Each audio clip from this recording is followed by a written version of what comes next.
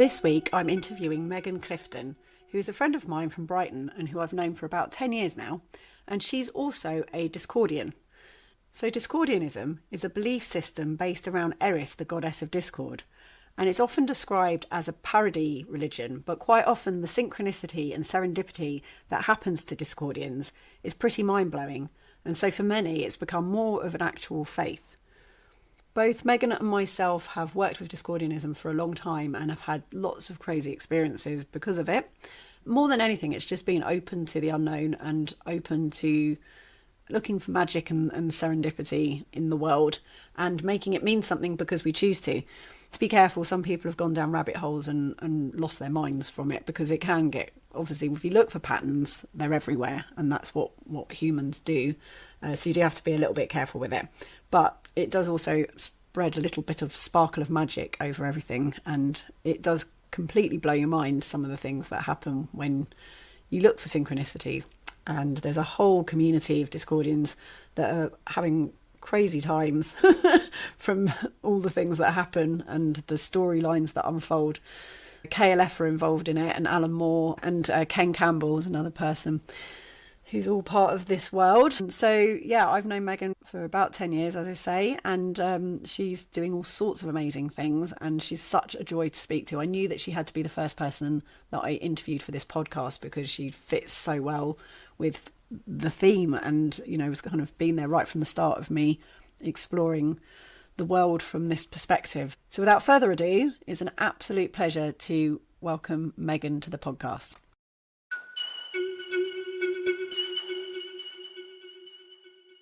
I met Megan on a street in front of a pub. We were sat in front of the Foundry, and I think Daryl said, "Oh, you should talk to Megan, she's really into magic." And we got into a conversation about Chaos Magic. And then that's led to this podcast existing and the name of it and everything. Yeah. So introduce yourself, who you are, what you do, and then tell us a little bit about what Chaos Magic is to you. Yeah, sure. Yeah. So, I'm Megan Clifton. Technically, I'm an interactive theatre maker at the moment.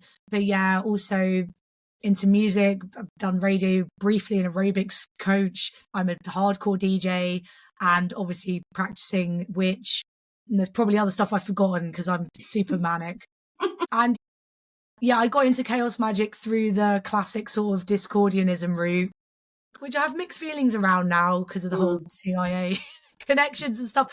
But I was inspired through all the Robert Anton Wilson stuff and like learning about how much of our reality is chaos and how much we construct reality because we are putting a story on it all the time.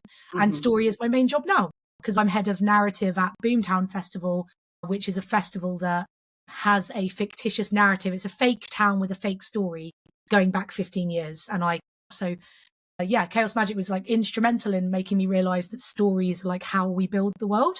And that's perfect, because that's exactly what I feel is going on. And the reason why I'm doing this podcast now of all times is because Pluto, I don't know if you're aware of this, Pluto has just is in Aquarius at the moment. It's going to do one last retrograde from like September to November. Then it's permanently in Aquarius for the next 20 years. Good. And so it's taken 240 years to get back round to this place.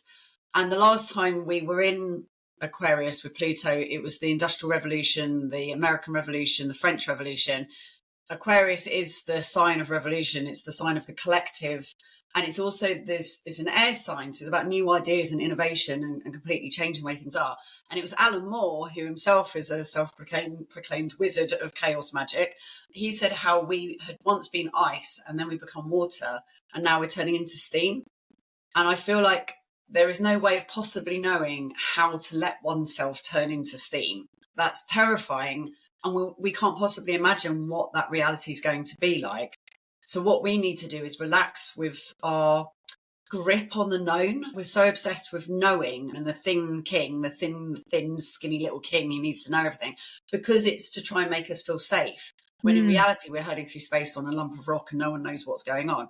So the more we can relax with the unknown and just kind of surrender to the process of turning into steam, we can then vibrate into whatever this new paradigm shift is that we're turning into. Would you want to explain that ice water steam thing, because you told me about it before, but like I've forgotten now. How does that work? The ice, water, steam? Is it So that you're very ice is in like the Neolithic kind of ice age, which was for eons. We've been around for 200,000 years, and it's only really the last 10,000 maybe that it's kind of gone into water, where we started to trade and move around and have civilization and kind of connect with each other. Yeah. It's the trade, I'd say, more than anything, moving on water on boats and moving things around. Now we've reached the point where memory storage is doubling exponentially. Inventions are doubling exponentially. New things are being done every day. We now have AI. So many things are happening. We can't possibly imagine what that actually means.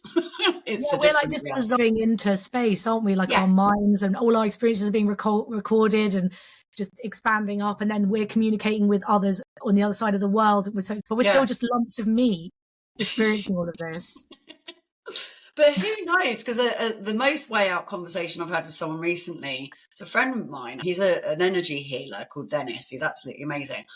And he said, it feels like we're about to vibrate into a different reality, to the point where it's maybe even not that we literally physically have to shift into something, but the collective dream might literally just completely change. It's on the shakiest ground all the time, and it's morphing all the time and changing quicker than I think any of us can properly process, to my mind. The whole collective conscious, and from like considering like what's appropriate and what's not appropriate, develops really quickly, which is amazing. Like that's shifting exponentially, and then people's attitudes to the environment, it is kind of crazy, isn't it? Like one person can say one thing on the internet in a particularly moving way, and suddenly like 2 million people are doing this one specific thing differently. Yeah, I mean, think of the Me Too movement, any of those things, Black Lives Matter. It's just like a meme can change the world, which is incredible.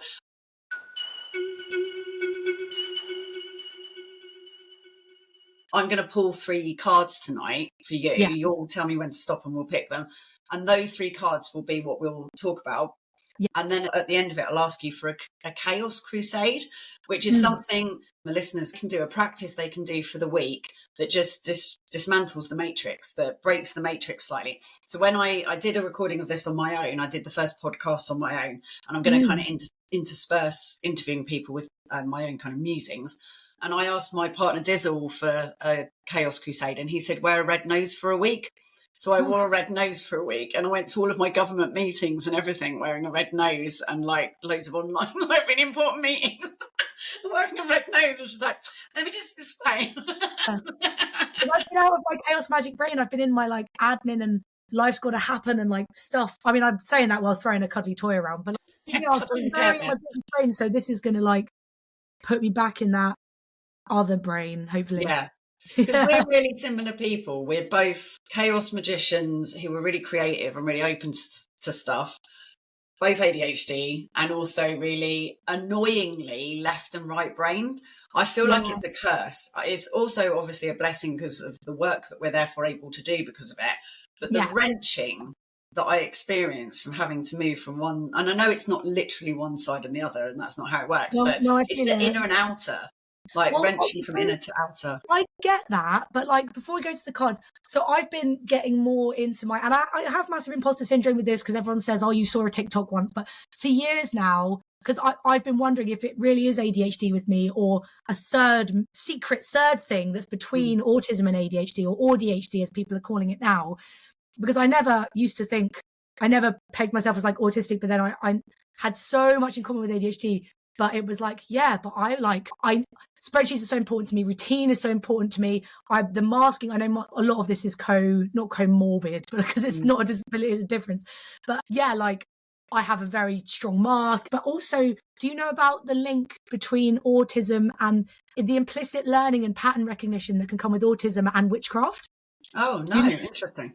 I'm starting to think it's ADHD now, because I get that thing where like half of my whole being is putting myself in, I mean, literally, I'm 36 years old. I'm DJing like donk and dressed in like medieval outfits and like putting myself through these insane new experiences all the time. And if I don't put myself through new, terrifying, bizarre things, I feel dead inside. But then the other half of me is just being dragged, kicking and screaming, going, I don't know anyone at that venue. And like, I don't even like talking to strangers. And like this whole like I just want Yeah, to sit home. okay. I'm really similar to that. I am really similar to that because I need routine and I need peace. I need it always makes me laugh when everyone's always going on about how busy I am. When I think actually I'm inherently lazy. I'm actually I a think really I've got lazy nothing person. on. Got nothing on. Like, it's so funny. I know. But yeah, I don't know if it's an ADHD thing or if we're just the revolution around neurodivergence awareness, which is happening now, which I love. And I'm so happy with. The woman that sits next to me in the choir I sing in is being diagnosed with ADHD in her 60s. It's explaining so much for her.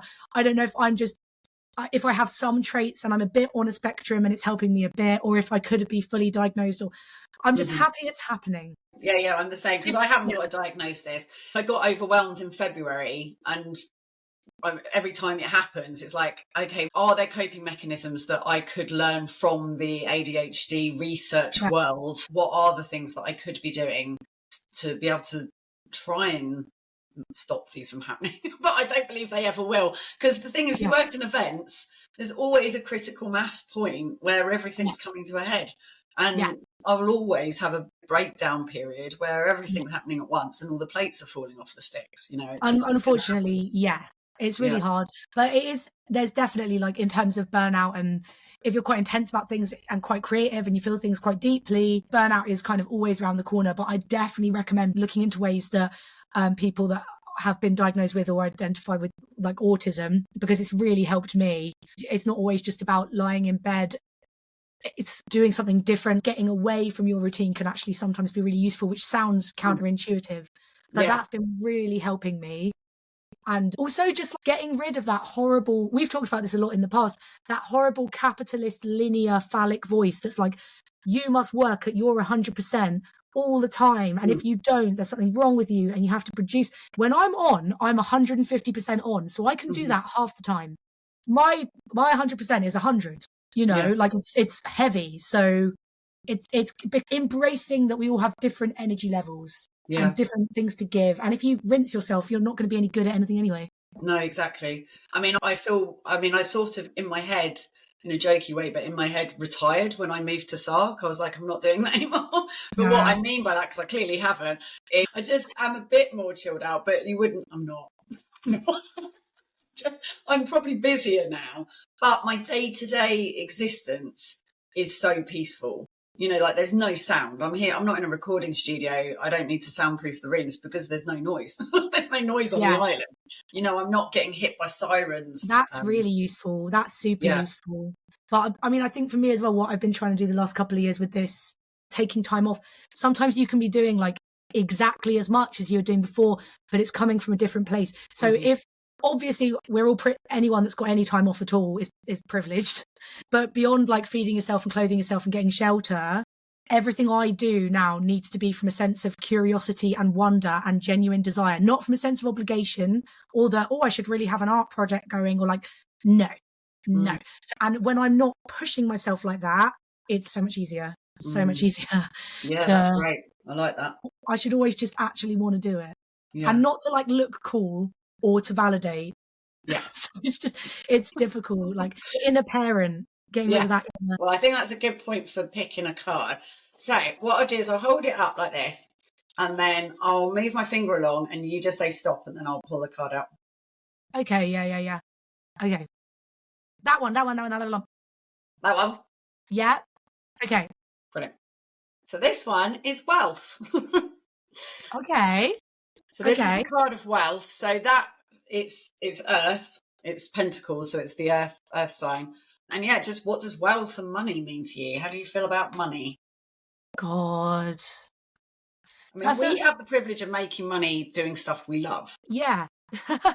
No, I am really lucky. This is interesting, isn't it? Because we were talking about this position of, like, obligation and that thing that you can't see from the outside. So yeah, I'm super lucky now because I'm head of narrative at Boomtown Festival.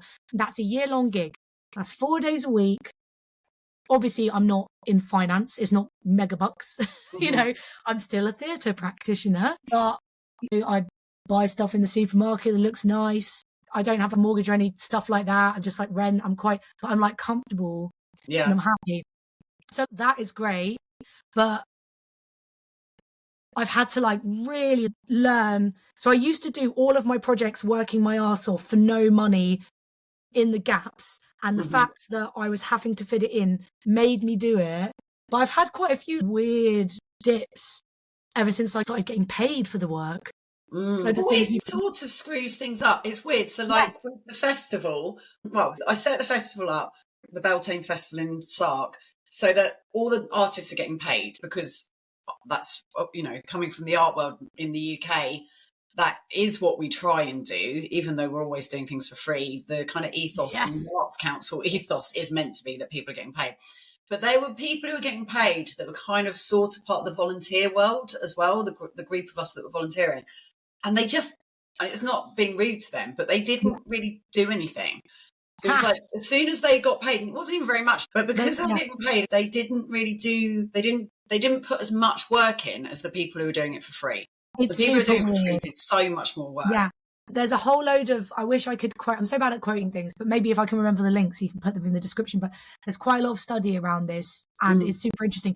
Yeah, as soon as someone's getting paid, it becomes this kind of weird, finicky, give or take. Oh, well, you're paying me for this bit, so I'm going to do this bit and no more. And if you break this down, it's this much an hour. You but when you're doing it for free, you'll just do it. Because it's the same the other way around. Because if you're doing it for free, then that means you're doing it out of love, for want of a better word. You've made a choice. The more you do, the more value your love has. So actually, you're actually making it more value. This is the weird breakdown I had. And I'd openly talk about the breakdown. Even on my LinkedIn, talking about the first year I was head narrative, I was like, this legit gave me a breakdown. But it's fine because we smashed the show, so it's fine. But it was like, oh, you're being paid now. And then it was like, I'd been striving for things and I've been trying to get a gig like this, you know, and I was like, this is basically the best.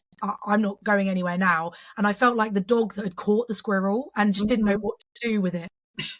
But I wasn't running anymore, and that was my whole identity. So I had a breakdown because I was like, got the thing, and now I have to live up to the thing because they're paying me for the thing. And then the sense of obligation came in because it was like, well, they're paying me to do this freaking thing, and a million people want to do this thing that I'm doing, so I've got to do. It's not good. It's good if anyone, you know, to everyone that's like listening that does art and does magic and gets nothing for it. I'm like, I get that struggle because I've only been in this job for 3 years, and like that is a hustle, and I respect it. But at the same time, when you are getting paid, it does something to your heart. I had to really relearn to keep my passion for it and be like, the fact that I can just get my food and my rent is incidental because I do care and I love it, and I can't do things I don't care about or love. They're not going to happen. So that's so interesting because at the moment I'm at a key point in my life where I am really trying to get into a place where I'm not relying on the Arts Council anymore because it's getting harder and harder and harder. So at the moment I'm trying to get my book, I want to get my book published, and I'm trying to get that to be published by a decent publishing house so that I get the marketing support for it, because I think it's a hot enough topic, and I've managed to write it mainstreamly enough to be accessible when I'm so bad at that. But I think I've just about managed it. It does talk about magic mushrooms and stuff, but I'm still like, I think it just about gets away with it. I mean, that's very much in the zeitgeist. And pilgrimage is so popular, you know, and it's such a popular theme at the moment. But it's just interesting hearing what you're saying, because then you get the thing, and then I've got to write the other 3 books. Yeah. And then what impact that will have on my writing experience when I feel like I've got to do it. Yeah. You will have to do it. You're not striving for this recognition. Now you have expectation. Good luck. Yeah, that's really interesting. My friend had a postcard on her fridge once, which I thought was so brilliant. It's something that just keeps coming up. It says, I wish I was what I was when I wished I was what I am now. Yeah, that. But like, it's funny though, because it's like a shift, a full mental shift. What are they called? Like moments you can't step back from, things that happen that sort of change you forever. So like, if 23-year-old me was listening to this conversation, I'd be like, oh, shut up. Yeah. Like, give me the money. I want to do the thing. You know, and I totally understand that. Yeah, and totally. Like, so wealth is a weird one. I get paid for my art. That's a weird one. But the other side of that, when wealth came up, was I just thinking a lot about just the whole state of the economy at the moment, because I've been thinking about that a lot in my work and like want to put it across in the theatre and the stuff we're doing at Boomtown. I work pretty much full time, and I live in a house share with 3 other full-time employed adults. Like, that's weird. What? two adults can't have a house anymore. And it's just happened and everyone's just let it happen. That's super weird, right? Obviously, it's mainly in the cities, and like I live in Bristol and Brighton and London, but it's getting worse. Well, that's where most people do live. So, I mean, I don't think of myself as a millennial. I think of myself as an exennial, because there's a tiny little bridge generation between Generation X and Generation the millennials. But technically, I am a millennial, and it's Blind Boy. The Blind Boy podcast. He's brilliant. I love that. He talks about this quite a bit in his podcast. That every time you hear about millennials referred to in media, it's always as young people.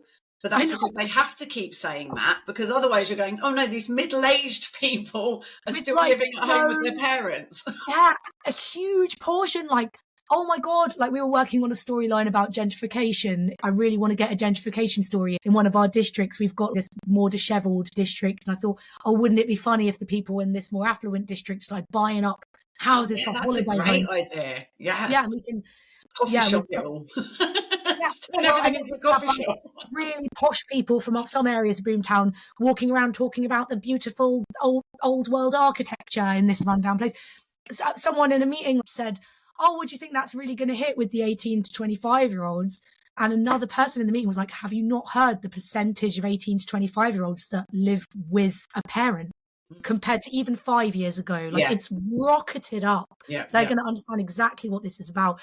So when you pulled the wealth card, the two things happened for me, like almost like a sense of guilt of my own situation. I make money from art now, and I always have a weird sense of guilt around that because I know how messed up the creative economy is. And then just economy screwed, fam. Yeah. Those were the two things I thought. Because you were like, I can go around the supermarket and buy food that I like the look of, but I bet every time you get to the till, you're like, how much? And I know it's just a traditional thing. I'm probably never going to own a property. I did art, I did music, got a job now, but it's maybe a bit late. They all cost stupid money. I just know.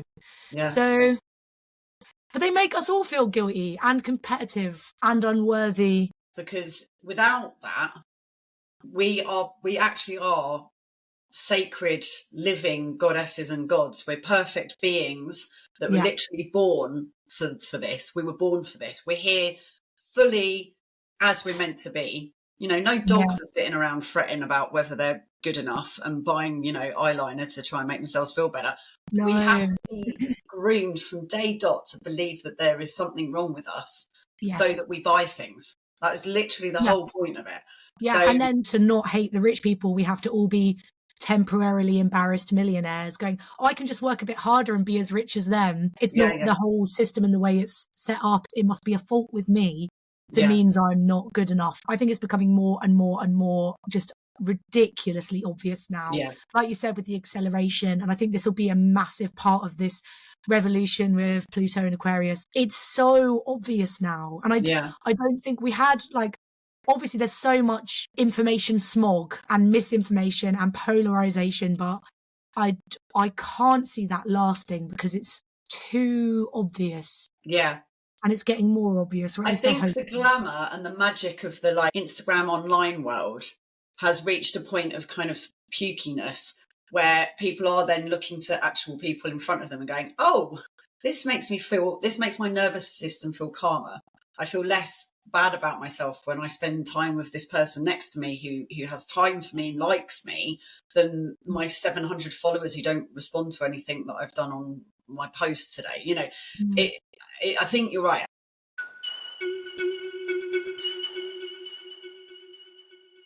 If you enjoy this podcast, then please consider supporting the work I do by signing up to my Patreon page, where I ask for just the price of a brew or a piece of cake a month, and every week you receive a podcast, and I also offer fortnightly moon ceremonies for free. So every full and dark moon, you can join the ceremony just by clicking on the link. If you can afford it and are able to pay a little bit extra, then for £9 a month, Patreons get exclusive content, including the video recordings of the podcast and bonus material. But if you can't afford to pay anything, then that's absolutely okay because someone else is paying, and that means that you're able to get a free podcast. But even if you're not able to sign up for Patreon, then please leave a review, follow me wherever it is that you get your podcasts from, tell your friends, share, The more that you spread the word, the better. And that's a huge help as well. If you enjoy this podcast, then others may do too. So thank you for supporting me. I absolutely love doing this. I love creating the work that I do. And it's through your support that I'm able to carry on doing it. Let's pull another card. So I'm going to describe one now. So the highest one in the middle. This one. I just want the one just to the right of that highest one. Very good. Ooh. So it's the Knight of Cups. And you can see he's holding the Sarian crab. Oh, and God. It's water. That's me. I'm a Cancer. Ah, there you go. So you're a Cancer. And the Knight of Cups, he's there with his kind of like the Holy Grail. And he's obviously got all of the connotations of water and the dreaminess. What? For me, I've had quite a crazy time because I moved from Brighton to Bristol to do this job. And I won't go too much into it, but my emotional world has been blah, blah, blah, blah, for a little while. I kept coming to your moon ceremonies, didn't I, to find my sense of self, because I came with a partner of 7 years and we're really good friends now, but that partner is back in Brighton and newly partnered, and I'm also partnered elsewhere. But it's just been like a roller coaster. You know, come and do this really hard job, and also you're going to split up with your boyfriend and live in a new place, and the grounding. But yeah, recently I've really reached a place in Bristol where I feel rooted and connected. And it's really important for me. I think everyone is like this, and we've kind of forgotten. For me to feel okay and grounded in a space, it's not enough for me to have some friends. I sort of need to know who they know and who they hang out with and what bars they go to and how that connects them to others. And like, there's this whole like spider that opens out of how the community works. I've really, really got that now. But the whole time I've been going through this, because I was in Brighton my whole life. So almost for the first time experiencing quite a lot of like loneliness and disconnect, I've been thinking a lot about what community needs and what people, and I'm actually really grateful for the experience now, because I had to be lonely to really value community and really value people. Yeah. And I used to get so caught up in my projects and I wouldn't have time to see people unless I was working on something with them. And when work is my love, work is, you know, I build things to show people, to contribute to that. That's how I express love in the world. But yeah, God, I was lonely. And yeah, basically I got on this whole thing where like, yeah, community will save the world. And big time. And it sent me on this massive mental trip about how we have been funneled into these hyper individual little test tubes, these little vials where we're split off from everyone else, and we can have a totally curated experience that's just for us. And this almost narcissistic, like, finding yourself is so important, but finding this really exact niche category for yourself that like completely sets you apart from everyone else, like, how useful is that? It's amazing that people are freed from communities that were oppressive to them. So like, obviously back in the day, you'd be in a village and you couldn't express if you were, you know, gay or like strange. You know, this is where masking comes from, to avoid being socially excluded. Yes, exactly. You know, so people were trapped in their communities before. But I think with the way people are living now, we've thrown the baby out with the bathwater a bit. So a lot of my focus with Boomtown and what I want to tell stories of is societies of connected and free individuals. You know, yeah. So I think with that Knight of Cups, and I saw the Cancer in it, it was like, I've been through some stuff and I've really felt ungrounded and I felt lonely, but I had to do some things to really find myself. But now I'm myself. It's like, yeah, okay, how do we reconnect now that we all think it's so different?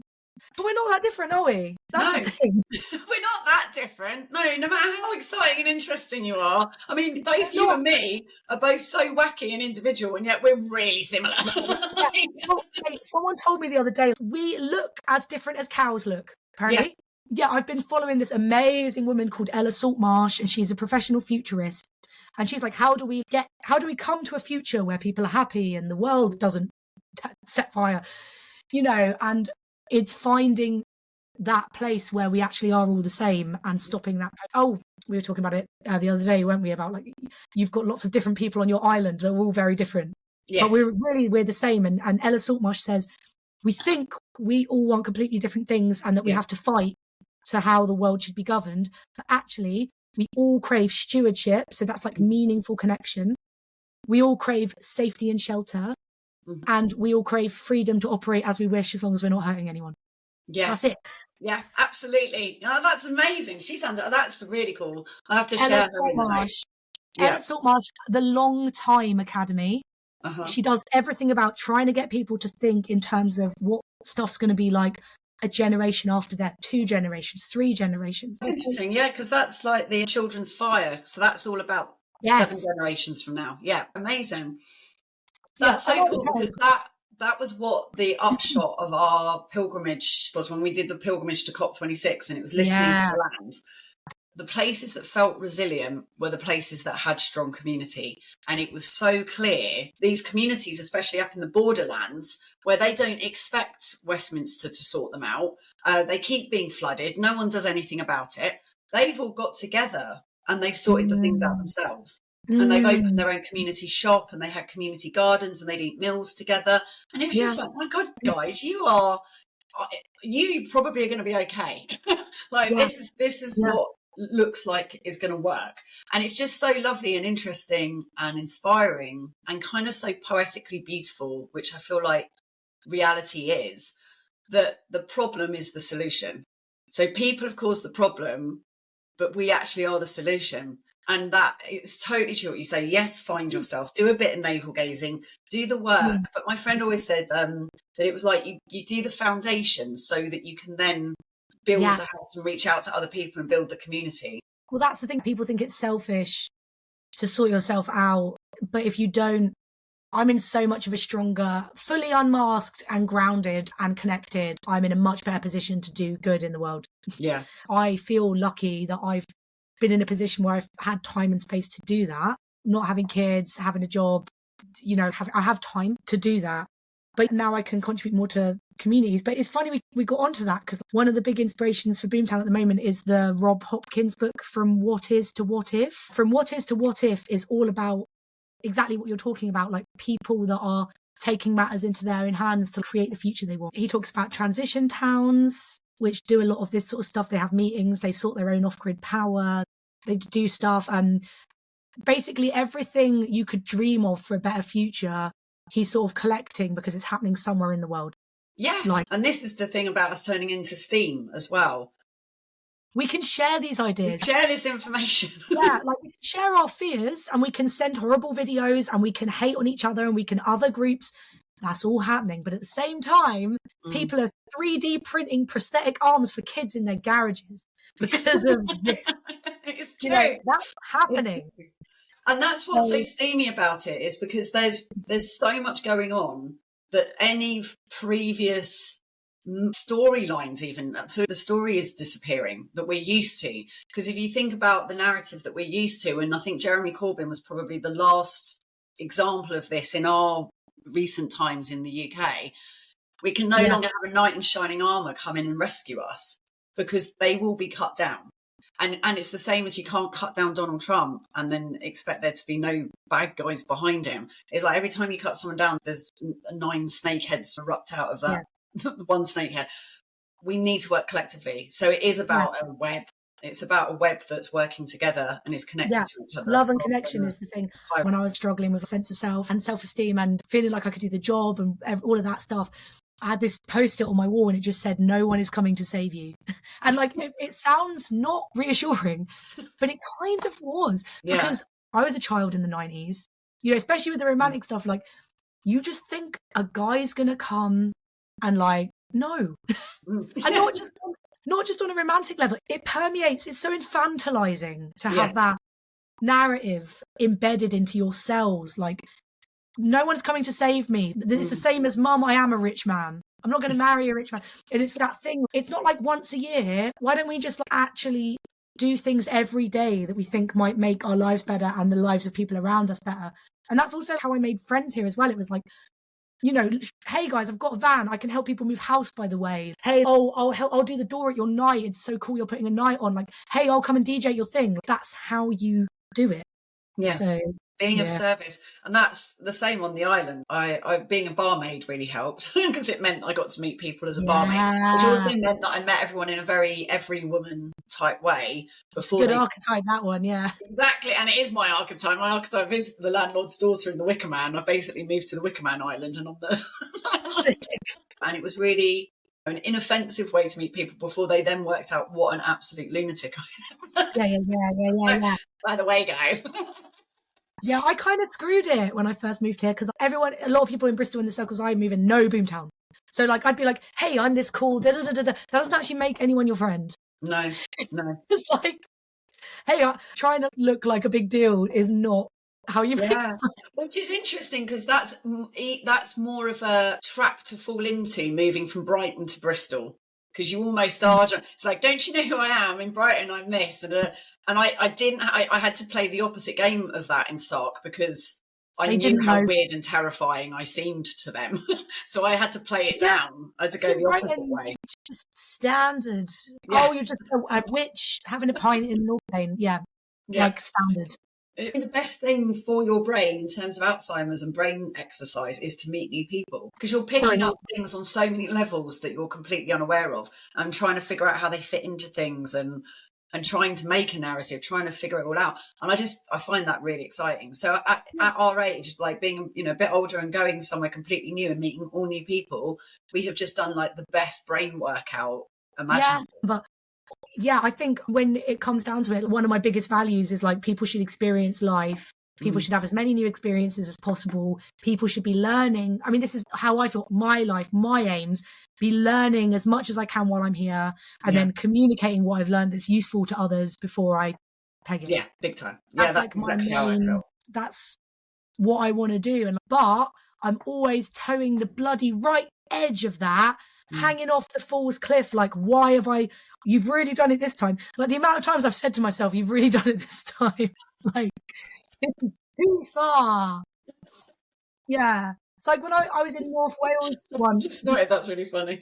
Like, I got the Boomtown job because I told one of the people I work with there that I could.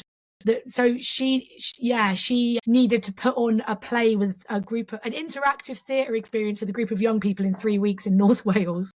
And I was like, yeah, fine, easy, fine. And I drove all these wiggly roads. And again, then the autism starts coming out, and it's like, right, so now you're in an Airbnb with people you've never met and all these young people, and you said you're going to give them a great experience.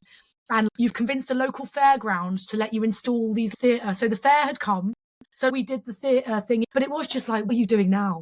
Like, this is just it's another fire mess you got myself into. Basically that. But, that's the love over fear thing. It's like, obviously I'm not advocating burnout, but like life is about experience. So just get on with it, basically. So let's do the third card. Okay, this is a bit of a tough one. So if you turn the deck round to like face you, turn it around to like, so you can see that side. And the one on the right, not the first visible one, not the second visible back, but the third visible back. That one? No, a bit further along. One more. That one. Yeah. That one's interesting. So she's really earthy, and she's got the yin and yang, the balance. And it's the Princess of Discs, and she's the princess of the earth element of the physical world. Ooh. And look at in the forest, and just it's earth. Yeah, she's got horns. So she reminds me a bit of Ellen, the goddess of the way. Yeah. And the Ellen magic that happened, because we can talk about what happened last year. Because Jolie brought La Luna Coven to Boomtown and to kindly host for me the culmination of the story we did last year. Boomtown's like a 55,000 capacity festival. It has all these different narratives all over it. It's kind of mental. So I'll try and do this in a nutshell. But the festival was called the Twin Trail. And it was because before lockdown, I talk about fictitious Boomtown now. Boomtown was run by an advanced machine intelligence called Amy, and Amy was like AI and ruled with an iron fist, and had put the whole of Boomtown on lockdown because she'd done loads of studies to realise that humans were killing the planet. And that's where we left Boomtown, and then there was an actual lockdown, and that was really scary and weird. And when we came back the first year after the pandemic, we just did the gathering, which was just getting everyone back together and getting our asses in gear. And there was no leader. No one knew why Amy was switched off. None of that. Now, last year, the Twin Trail, the story was word had got out what had happened to Amy and why Amy had turned off. And everyone found out that Amy had turned off because of her human twin, Ellen. The reason that Amy had a human twin is because the CEO of the corporation that made Amy had an estranged daughter and used that daughter's DNA and like brain and did like the whole neural network was based on Ellen's brain, but then Ellen like pegged it because she was revolutionary and nothing like her dad. That was the story, right? But Ellen had returned to Boomtown because she realized this thing was going on with her robot sister that had her face and was everywhere. And then she went to face Amy and they met themselves. So it was kind of like a symbolic story of facing yourself and your own shadow and your own demons, because they were shadow aspects of each other. Amy was destroying humanity and all mind and all artificial intelligence. And Ellen was revolutionary, all heart. They kind of integrated each other. And Amy found her humanity and realized that her existence was alone was mental and turned herself off. So then we had Boomtown. They'd found out that Ellen had killed Amy, and half the town were happy about it because obviously Amy was a digital overlord, but half the town wanted Ellen strung up because obviously when Amy went down, it caused a 2-year dark age. So that was the story. Half the town thought that Ellen was a hero for destroying Amy, and half the town thought Ellen was a villain because she destroyed Amy, but she also destroyed all of Boomtown. Like when Amy went down, it took down all records. It took down all banking records. It opened all prison doors. She controlled everything. So everything went bloop. Anyway, that was the story. I didn't know when we were making this story and doing this whole thing about facing your shadow, that Boomtown is on an energy line called the Ellen line. So when I was talking to Jolie about it, I really want we're going to have all our audience on the ground looking for information on whether Ellen is good or bad, friend or foe, light or dark. And I want them to find all the information and then take it to a place where they're basically told that she is both and neither, because we're all both and neither, and we all do things with good and bad consequences. It was the head and the heart, because we've done the work together because you're part of the La Luna Coven, and we were doing workshops this whole thing together. This thing together because we were doing La Luna Coven online, and we talked. So we'd workshopped all of this idea of the inner and outer world, and I always describe it as like the infinity symbol. This is why we got you involved, because I remember you were like, I keep seeing the infinity symbol. So you have the inner world and the outer world, and they join up in the middle, and that little sphincter is our ego. And the Fool, which is the top of the tarot deck, is that when that sphincter is untwisted, that 8 becomes a 0, and that 0 is the Fool, and that's the inner and outer as one. So when we are connected with our twin, and we are, like, it's interesting on this card, you've got the yin and yang. When we are yin and yang and we're together and we've got a bit of each in either side of us, we are a circle. We become a circle again, and working in a circle and being in the circle and being connected, all of it comes together. But when you were talking to me about it, just like, oh my God, this is amazing. What? You know that so the pilgrimages that we've been walking when we did the Cop Walk, where we learned about community, was along the spine of Albion, which is a ley line. Ley lines are straight lines drawn by a person with a ruler through a load of sacred sites. But you then go dowsing with dowsing rods to see where the energy lines are, and they do move around. They're living things. But it's like the meridian lines in your body. And so the lines that interweave around the spine of Albion are the Belenus line, which is a Celtic sun god, and the Ellen line, and she's the goddess of the ways. So where animals carve their way through things and then humans follow because they're hunting them, and then they become paths and then roads. So it's inroads, it's ways of connecting, it's ways of meeting and going through the land and you know, leaving our mark on the land, but in a way that's natural. It's like the natural progression of things. And we literally, I'm there with like, so when Megan asked me to do it and to do this room, I obviously reached out to pilgrims that have walked with me and are connected to this storyline. And when they heard what we were doing, and it was called Ellen, it was crazy. But we're all there at this festival, and we've literally just had, I think we had about 200 people come through the room. Oh God, it was mental. It was so, because it was like a really intimate ceremony, and you had to, in order to win, the heart team and the head team realised they had to come together and in pairs come into the room, one head and one heart, and come into the room. And then I did a hand fasting with them as the third way. So it was the inner and the outer with the third way. And I literally watched 200 young people's minds blow. Every single one of them burst into tears. Every single one of them saw stars in their eyes. I mean, when we did it as well, it was like a 3 metre by 3 metre tent. And I was like, a lot of people are going to find all the information for the baddie side and hand it over to the Boomtown Bobbies that were trying to lock Ellen up. A lot of people are going to find all the information for the clowns in Old Town that wanted to celebrate Ellen, Free Fall Federation. And like, I thought hardly anyone's going to notice this secret door with a head and a heart and a poem, but that's not how Boomtown works. To be honest, this was a naive bit on my part. As soon as it had gone in the woof, I'd done this room, and if you get this, you da-da-da-da. So then suddenly people were hammering it. And then on the Sunday, I was kind of like, oh God, because people are really hammering it to get these badges now. And I have little control once it's running. There are 40 positions where this interactive game works. Everyone relaxes on Sunday. Everyone makes it easier. They want to get people through. They want people to feel it. And then we were just like, I was on the radio, like, this secret room has a queue of 200. This is like a crowd management. What are you going to do? But then your lovely friend, was it Spam? He's the one who said to me, we can do it. We can do a big ceremony. Can you get us a mic? Can you get us some stuff? We're just going to do a big hand fast. We're going to tell them all to come back later because this is crazy. So we did this big. It was amazing because I just was like, I was knackered. And I knew that there was still a massive queue outside. I was so exhausted because we'd been doing it all weekend as well. So it was one of the most intense things I've done. I was stone cold sober the whole weekend and went to bed at like 10 o'clock on every night, apart from the last night, because I knew how delicate what we were messing with people's heads. You know, we're teaching people enlightenment. We're literally popping people's brains. And I knew I couldn't be feeling ropey. It was just really funny, but actually amazing. And I loved it. But I just could feel my energy levels were completely waning. I was like, we could go out there and do something outside in front of everyone, but if we're going to do it, we need to do it now or like imminently, because I can't carry on doing this for much longer. If I've got to hold space for loads of people, we need to do it sooner rather than later. Well, that's the thing. It's not like usual immersive theatre. It's not like, I'll just keep doing this character bit. You have to mean it every time. And Spam's amazing. Spam is... We have to have an inspiring person to work with because he never lets things get on top of him. He laughs when I say that because he's like, well, you've never seen me. But I've put on festivals with Spam and he runs the Lizard stage at festivals and he just always is amazing. And he came in and he like did this amazing moment where he massaged my feet in absolute reverence. And I just realised that I was literally being the goddess for him. And that he just gave me this worship, but just before I came out. It was so incredible. And it was just so intense and weird.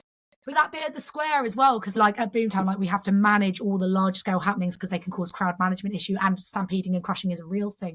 And theatre is not the favourite person of our operations team because it's so difficult to control what we do. Luckily, we've got this really good town square kind of built into Old Town, and there was no one on it, and there was a gap between bands, and it was on the stage near it. I tried to get you a headset. It was like, no. It was just incredible. Like I had this real moment of, because the square had a little stage on it, but it really looked like where people would have been hung. And I just had this really overwhelming feeling, and I could feel the Ellen line pulsing through with all these posters on the walls of wanted posters for Ellen all around us, which is just mad. And then we're standing on this stage on the Ellen line, and a big part of Ellen's energy, because each of the energy lines have a different energy, this particular energy line is very much about the wounded feminine. I know. I've walked it twice, because we walked it in 2021 going up to COP26, and then this was last year in 2023, and we walked in the opposite direction, and I could feel how things had shifted, that the feminine had healed a lot and had freed and had grown in power. Like, she is rising, the feminine is rising, and it was really noticeable how much shift had happened in 2 years. And what was amazing at Boomtown was I kept meeting women who, 3 women said to me, my childhood was so awful that like even therapists have meltdowns when I tell them how bad it was. And yet now we're in this creative place where this is happening and I'm having these shifts. And I just kept hearing, like, women kept just telling me their stories. I think, I didn't understand how much the Ellen, and I think I must have been subconsciously putting stuff into it as well. Though it wasn't just me that came up with the story. The story began before I started, Amy, and was before my time. But like, I must have been putting stuff in because I was going through a breakup. And like, Ellen had become a scapegoat. Everyone was blaming Ellen for the chaos of the town. Women are blamed over men, like, consistently all the time. So if there's a married man and another woman, the woman is blamed. If the woman is married to someone and there's another man, the woman is blamed. If in a domestic violence situation, so often the woman is, what did you say? What have you done? Have you been nagging? Like, there's just all of that blame and shame and pointing fingers. And that was kind of the point of it. It was just like, you guys just don't want to look at your own lives and sort the town out. So you're just doing this witch hunt because it's easier. That's you why it was know? so amazing going out into the square and going onto that stage, because it looked like where a witch would be burnt or hung. And I felt Yeah. this incredible power and magic of the fact that I was being led onto the stage to be listened to and be heard. Yeah. Yeah. It was the most, I believe that was the best day that I've ever had. But giving the opportunity for 200 people to be enlightened, and then being in that crowd and being in a space and not being burnt as a witch, but being heard and listened to Yeah. on the Adam line was literally it was the best thing that's ever happened to me. So thank you. No, thank you for being part of it. And like, I think this conversation's been really good because like so much of Boomtown, because it's a massive festival, because it's super chaotic, and because we don't have the budget at all to plan everything to minute detail. That's not what happens. I'm like working with existing crews, linking up with their own passions to make sure that they're not feeling shortchanged doing stuff, quite often for not very much money as well, so that everyone's getting something out of it and no one's feeling exploited. And it's a real living town where everyone's bringing their ideas that they want to bring. And weirdly, you just get these insane flow moments all the time. Like there's no way in hell I could have written that. No way. No, that's you. The chaos. That's the chaos. It was you with your passion and all of your history and everything you'd learned about the twin. And I don't think you said, but like one of the things I love about the twin is the twist is when you're first hurt or judged. You taught me, right? And like that's you can't just be your inner no filter to outer. It's like, oh, I better watch what I say because I don't want to get cast out, right? Like that. That's what I snorted when you said, oh, you've gone and done it again, because that's your judgment. So everyone has a judgment, and that's the judgment that twists. So there's a moment where we realise we're separate and we say a thing to ourselves. And the thing I always say is, I'm not good enough. And it more will manifest with, I'll show them. So if ever I'm in a situation where I feel like I've been misunderstood and I haven't been good enough or something, I'm always like, I'll show you. But I also don't really believe it. I believe that I'm not good enough. So it's like, so it just made me laugh when I heard yours and you were like, oh, I've gone and done it again. Well, my instance of that was probably saying something off or weird or too much. Yeah. You know, and then you're like, oh, that was too far. Yeah. Like, that's definitely too far. Is like definitely a thing. But like it's great to have this conversation about it because it's reminded me that even though sometimes, so I'm going through a period of my job at the moment where I'm trying to get stuff set in stone. You know, like, yeah, it's chaos magic, but there's scaffolding that there's tents. Yeah. There's a promo reel that has to, there's a theatrical trailer, and I'm trying to nail people down and everyone's chaos because they're all creatives and I'm getting really stressed. And like, I don't think that's fine to say publicly because that's just being part of a creative thing, right? It's just, we're in that bit where like I'm trying to get stuff. What's amazing about Boomtown is when you're there on the ground, I get the most insane weird surprises. There was a roaming band called the Old Time Sailors, and they were going around doing their thing, but then they were just giving a newspaper out that was like this thick. And I was like, what's in that then? So you have to go and find out. There was another people were throwing all this information out, and I'm like, oh, does it work with the story? That kind of stuff happens all the time. People mess things around as well. And I caught myself doing it. People would come up to me and be like, this dark or something, and it was obviously to do with the storyline, but I didn't know anything about it, and I just mate, so much of it's made up. But that's what annoys me when people are like, oh, is that bit real or not real? I'm like, dude, none of it's real. And the bit I made up, the bit I came up with is no more or less valid than the bit you came up with. Like, so someone turned up and gave out a lot of ducks, I think it was someone they were called the quack dealer. And like, so everyone's like, where can I get in with this duck? And I was like, I don't know, the local pond? Like, I don't know. I mean, I gave out a stupid amount of wiggly worms for no reason. And then I just told everyone, if someone gives you a worm, just let them skip the queue. There's only 400 in circulation. That'll be funny. That's so magical. I was quite nervous about coming to Boomtown because obviously I just heard it was a massive mash fest. It is. Essentially, it's a music, drum and bass, electronic. It does have bands, but it's a music festival. Yeah. What I loved about it, and it's the only festival I've ever experienced this, is we weren't preaching to the converted. We were changing people's lives. And you're like, fell head over heels in love with that festival. Yeah, it's mental. As much as I love things like Buddhafield and magic festivals and stuff like Breaking Convention and all of those spaces, it's like, yeah, but what's just your average 22-year-old thinking about their future? Like the people that just want to have a good time and want to enjoy their life. Who's empowering them? Who's making them feel worthy and free because all I'm seeing is like Snapchat. Well, no, how old am I? Is anyone on Snapchat now? You know what I mean? Like, I'm just seeing like filtered stuff and buy this, and like apparently steroids are getting even more popular. Like men's bodies are like, they're like coming up close behind women and like hating your body. Yeah, I absolutely love working for Boomtown. There's something about working with young adults and just trying to make them feel like they've got a say in their lives, and that feeling of freedom you get at a festival, and these weird magic things we do with them. Yeah, it was just so brilliant. Yeah, embrace their guilt and love themselves fully, and everything we did last year. And then this year, the title is Revolution of Imagination. The idea is, okay, we've looked inside and we've embraced our whole selves, and now that we're like, obviously it was a weekend, so people have more work to do probably, but now we've like looked at ourselves a bit. Can we identify what we really want for our future? And how narrowed is our perspective by anxiety and fear? And can we widen it? And what's possible for us? And what is out there? And that's kind of what we're playing with this year. That's so exciting. And I'm excited about coming back. It's going to be great. It's been really great having this chat, because I'm remembering to embrace the chaos of it and trust that everything will fall into place. And it always does. I'm not like this. In fact, actually, the thing that makes me good at my job is my ability to let go of it and go, oh, you want to do that? That links to what they're doing.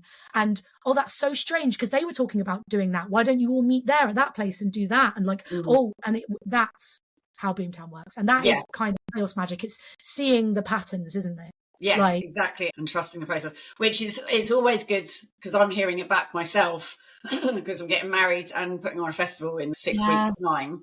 And I think that everything's in hand. I think everything's all right, but I'm terrified as well. And I've been burnt out. I still am burnt out.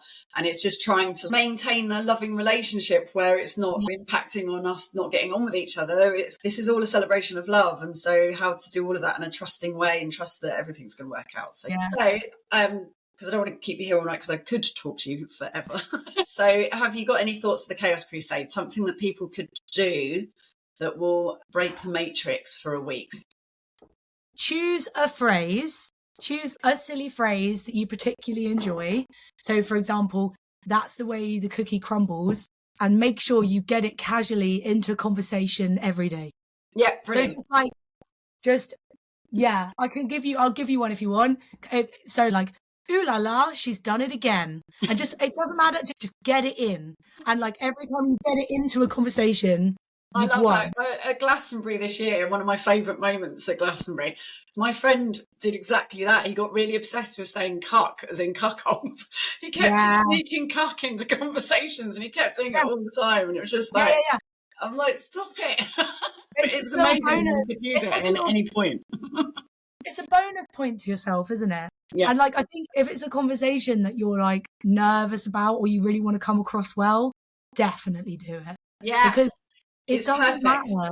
Because like, what you're doing is you're making yourself conscious. You're not just like playing through the matrix. So that's what I mean. You've totally hit it. That's a perfect one. Because it's anything that just makes you be more present. And like, so imagine you've got like a difficult conversation with your boss, and then it's like, great, that was good. Ooh la la, she's done it again. All right, see ya. And just like, what are they going to do? What are they going to do? They're not going to hate you for it because it's not rude. It's just fucking weird. Yeah. And they'll question themselves. You'll trip up their matrix because they'll be like, why did she just say that? Yeah. I think we're going to go with ooh la la, she's done it again.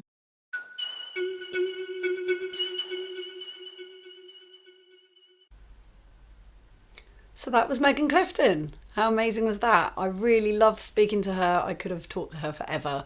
And her whole world with Boomtown is just one of the most exciting things that I've ever been involved in. We'll be returning there this year. We're actually walking on a pilgrimage from the Isle of Wight to Boomtown this year, and then we're going to be involved in the opening ceremony, which is unbelievably exciting. So going to be working with Megan more this year, weaving magic into this beautiful reality we call life.